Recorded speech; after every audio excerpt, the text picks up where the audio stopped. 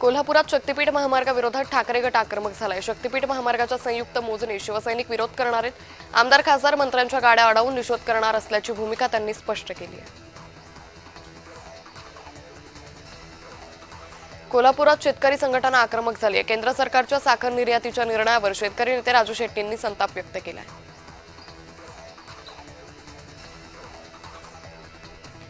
बुलढाणा आणि गडचिरोलीतील कृषी हवामान केंद्राच्या सेवाबंदीला उच्च न्यायालयाकडून स्थगिती दिली असं असतानाही जिल्हा हवामान केंद्र कर्मचाऱ्यांना रुजू करून घेण्यास तयार नाही, यामुळे कर्मचाऱ्यांवर उपासमारीची वेळ आली आहे। मनमाडमध्ये इंधन टंचाईने नागरिक त्रस्त झाले। इंधन पुरवठा करणाऱ्या प्रमुख तीनही कंपन्या हाकेच्या अंतरावर असताना मनमाडमध्ये इंधनाचा तुटवडा जाणवतोय। बीडमध्ये मोकाट कुत्र्यांनी 6 वर्षीय बालकाला फरफटत नेलं। मोकाट कुत्र्यांच्या हल्ल्याची सीसीटीव्ही दृश्य समोर आली आहेत।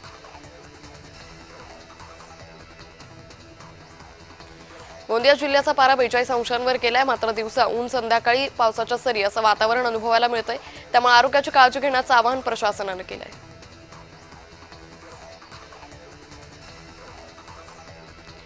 केंद्रीय मंत्री नितीन गडकरींनी विठ्ठल रुक्मिणीचं दर्शन घेतलं। पालखी मार्ग पाहणी दौऱ्याच्या दरम्यान गडकरी विठ्ठल रुक्मिणीच्या दर्शनाला पोहोचले।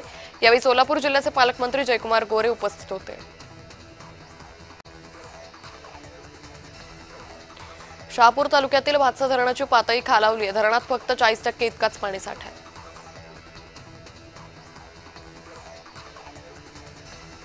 प्रधानमंत्री आवास योजनेअंतर्गत हप्ते मिळत नसल्यानं अमरावतीतील लाभार्थ्यांनी नाराजी व्यक्त केली आहे। केंद्र शासनाकडून योजनेचा 35,13,85,000 रुपयांचा निधी रखडला।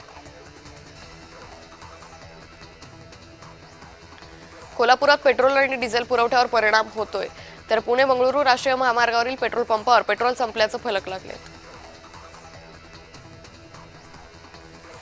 अहिल्यानगरमधील वाढत्या उष्णतेचा फटका कांदा पिकाला बसतोय। कांद्याचा दर्जा खराब झाल्यानं दर कोसळले। कांद्याला प्रति किलो 2 ते 14 रुपयांचा भाव मिळत असल्यानं शेतकरी हवालदिल आहे।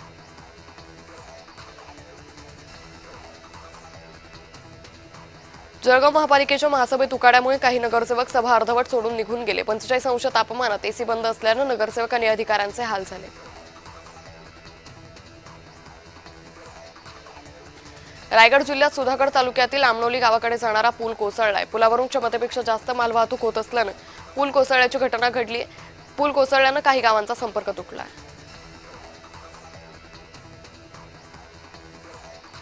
बुलढाणा जिल्ह्यातील मलकापूर शहरात शिवकालीन शस्त्रास्त्र आणि गडकिल्ल्यांच्या माहितीचं प्रदर्शन आयोजित करण्यात आलं।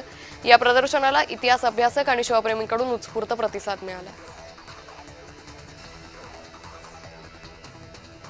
छत्रपती संभाजीनगरात धर्मवीर छत्रपती संभाजी महाराज जयंतीनिमित्त आगळा वेगळा उपक्रम राबवण्यात आला। तब्बल 20,000 वह्यांपासून धर्मवीर छत्रपती संभाजी महाराजांचं भव्य रेखाचित्र साकारण्यात आलं।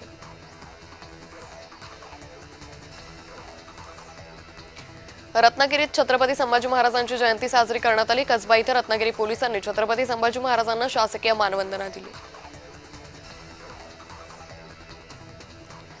जायकवाडी धरणातील पाणीसाठा झपाट्यानं कमी होऊ लागलाय। धरणात 41% पाणीसाठा आहे, जो केवळ 100 दिवस पुरेल इतकाच आहे।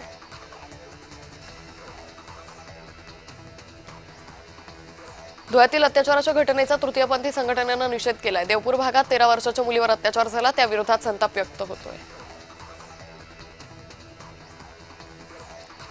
नांदेडमध्ये नीट पेपर फुटीच्या निषेधार्थ NSUIनं आंदोलन केलं।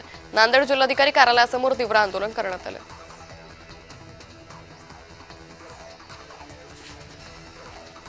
अहिल्यानगर महानगरपालिकेच्या वतीनं स्वराज्यरक्षक छत्रपती संभाजी महाराज जयंती उत्साहात साजरी झाली।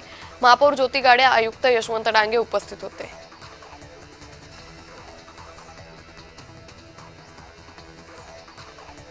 मालेगावात डिझेल टंचाईचा कांदा वाहतुकीला फटका बसलाय। खरेदी केलेला कांदा व्यापाऱ्याच्या खळ्यात पडू नये, कांदा व्यापारी आणि उत्पादकही चिंतेत अडचणीत आलेत। गोंदिया आणि तिरोडा इथं घरगुती गॅस सिलेंडरचा काळा बाजार उघड झालाय। पुरवठा विभागानं 7 गॅस सिलेंडर जप्त केलेत, तर तिरोडात 6 सिलेंडर जप्त केले गेले। जिल्हा पुरवठा अधिकाऱ्यांनी ही धडक कारवाई केली। जळगावात 20 दिवसापूर्वी विवाह झालेल्या तरुणीचा चक्कर येऊन पडल्यानं मृत्यू झाल्याची घटना घडली आहे। तिचा उष्माघातानं मृत्यू झाल्याचा अंदाज नातेवाईकांनी व्यक्त केला आहे।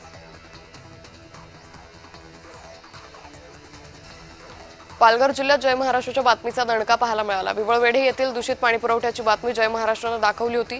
त्यानंतर बोरवेल मारून पिण्याच्या पाण्याची व्यवस्था सुरू केली। ग्रामस्थांनी जय महाराष्ट्राचे आभार मानले।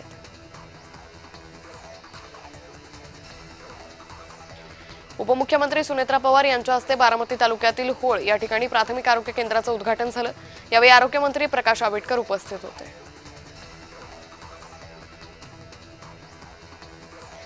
पुण्याच्या इंदापूर शहरात छत्रपती संभाजी महाराजांची 369वी जयंती उत्साहात साजरी झाली।